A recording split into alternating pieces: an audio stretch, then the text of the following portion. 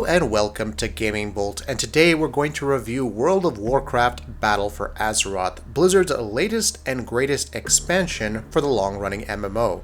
If there's one constant in Warcraft, it's that the Horde and Alliance hate each other. Sure, they'll team up to survive, but when the cosmic world-ending threats die down, they're right back at each other's throats. You might think that working to take down the Burning Legion would have engendered some goodwill between the factions, but nope, we're at war again.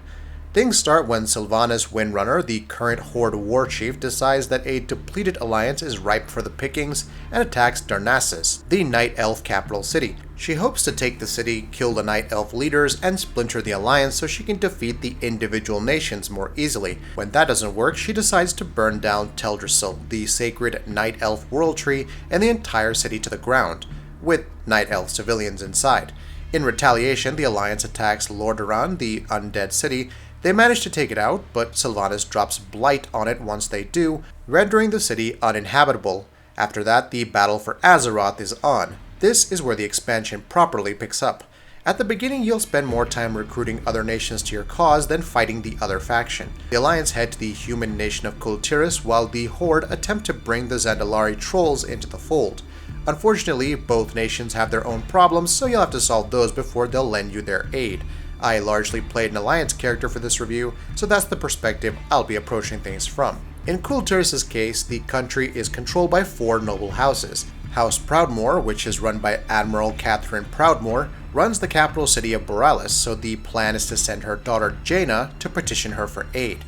The issue is that Jaina is considered one of the worst traitors in the history of her country, as she sided with the Horde against Kultiris years before, a decision that ultimately led to her father's death. So this goes about as well as you'd think, leaving you to win the favor of the individual houses. There are 3 zones in Kultiris, one for each noble house: Stormsong Valley, Tiris Guard Sound, and Drusfer.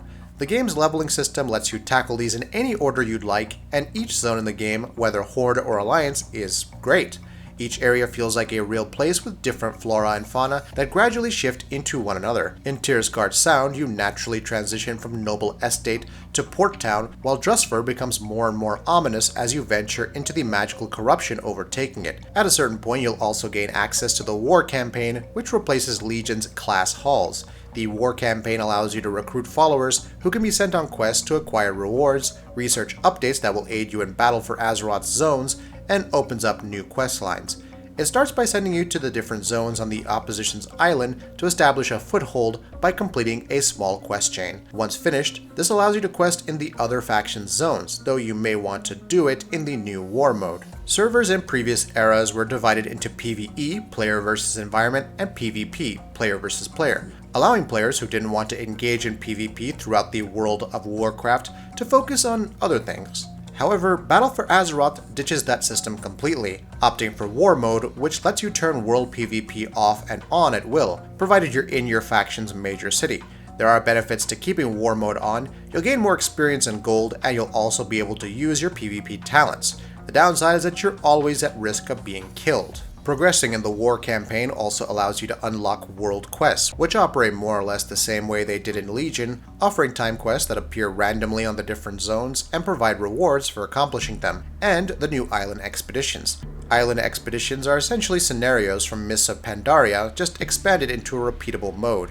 You're teamed up with 2 other players and dropped off at an island to hunt Azurite, the main cause of the Horde-Alliance conflict. How you get Azurite is up to you. You can kill enemies, mine it from ore nodes, and hunt for chests.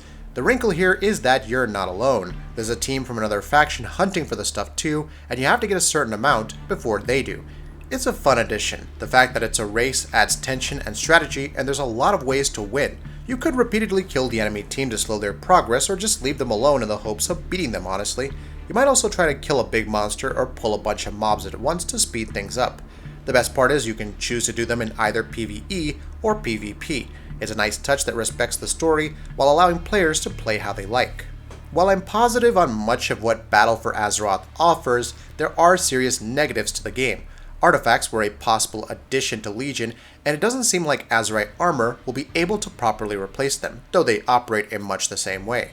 You'll earn Azurite as you play, which operates a neck piece you acquire at the start of the expansion. Acquiring enough Azurite levels up that piece, increases its stats, but it also levels up your Azurite armor. Azurite armor consists of a head, shoulder, and chest piece, each of which can be upgraded as you increase your Azurite level. When you level up, you can choose an upgrade for the armor. 3 of your options are dependent on your class specialization, and the 4th is a generic that can be used no matter what spec you are. The issue is that, unlike upgrading your artifact, upgrading your Azurite armor feels limiting. Each piece can only be upgraded 3 times, and since most of your options are locked behind your class spec, you're largely limited to 2 choices once you level up. Worse still, you can't change your decision, meaning you're out of luck if you decide to play a different specialization and didn't choose the generic upgrade, or at least until you get a new piece. There are also no new talents in Battle for Azeroth, so no matter what you choose, leveling feels less rewarding than it did in Legion. You simply don't have as many decisions to make, and the ones you do have also don't seem to matter as much. Another major flaw is the way questing is handled. While I'm positive on the zones and their overall quest lines, the fact that there are largely 3 zones per faction means that those zones are big and filled with quests, which is good, right?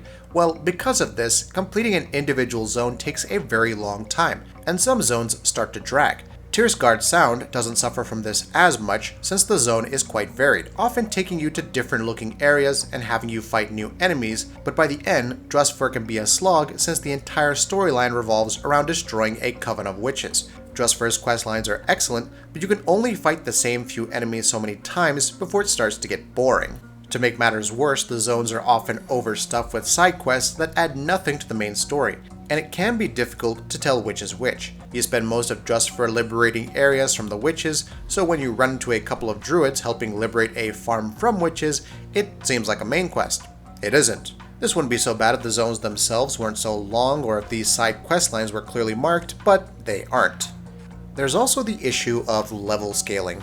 Battle for Azeroth's pre-patch was an absolute mess. When Blizzard squished the game's stats to make the numbers more reasonable, because I was regularly hitting things for millions of damage in Legion, it caused balance issues in earlier portions of the game. Mobs that had once been fairly easy were far too overtuned, which makes leveling difficult. These problems still persist, and while Battle for Azeroth's new content avoids it for the most part, set bonuses and legendaries from Legion stop working at 116, which can leave you noticeably weaker when you hit that level.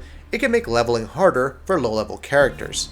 Similar problems exist with class balance. Removing artifacts and the spells and abilities they offered required Blizzard to rebalance every class in the same, and some classes did better than others. It isn't uncommon for classes to undergo significant changes with a new expansion, and for new classes to rise to the top of the totem pole, but when an expansion is as focused on PvP as Battle for Azeroth is, it stands out more than it normally would.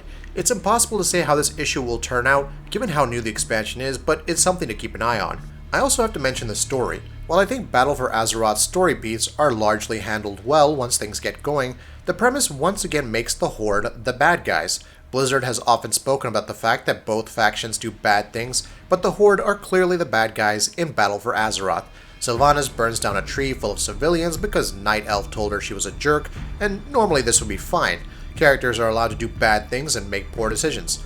Thing is, Sylvanas is supposed to be pragmatic and controlled, and this goes against her character. More damning is that we've seen this before in Mists of Pandaria. How Horde players feel about their faction being the unequivocal bad guys is up to them, but it's sad to see a story that looks very much like Mists of Pandaria so close to that expansion, especially when you disregard a character's previous characterization to get it there. There's room for Battle for Azeroth's story to fix this issue, but as it stands, the expansion's setup is a bit disappointing. I've said this before, but it bears repeating. Reviewing an MMO is very difficult. Battle for Azeroth will be a very different game in a couple of weeks when the first major content patch drops, and it will continue to change over time. Trying to determine what the game might be in the future is a moot point. We can only look at what it is now. As it stands, it's hard to see Battle for Azeroth as anything less than a step down from Legion. It's not a bad expansion, in fact it has a lot going for it. The environment design is among the best in the game, the quest lines are largely very good, and island expeditions are a welcome addition. But Azurite armor seems undercooked, the zone pacing is hit and miss, and there are a number of lingering issues with class balance. Battle for Azeroth is a solid expansion so far, and Blizzard has made it clear that they're in it for the long haul. They'll just need to do a little more if they want to win the war. That'll be it for this video. If you like what we're doing, please go ahead and subscribe, and we'll see you next time.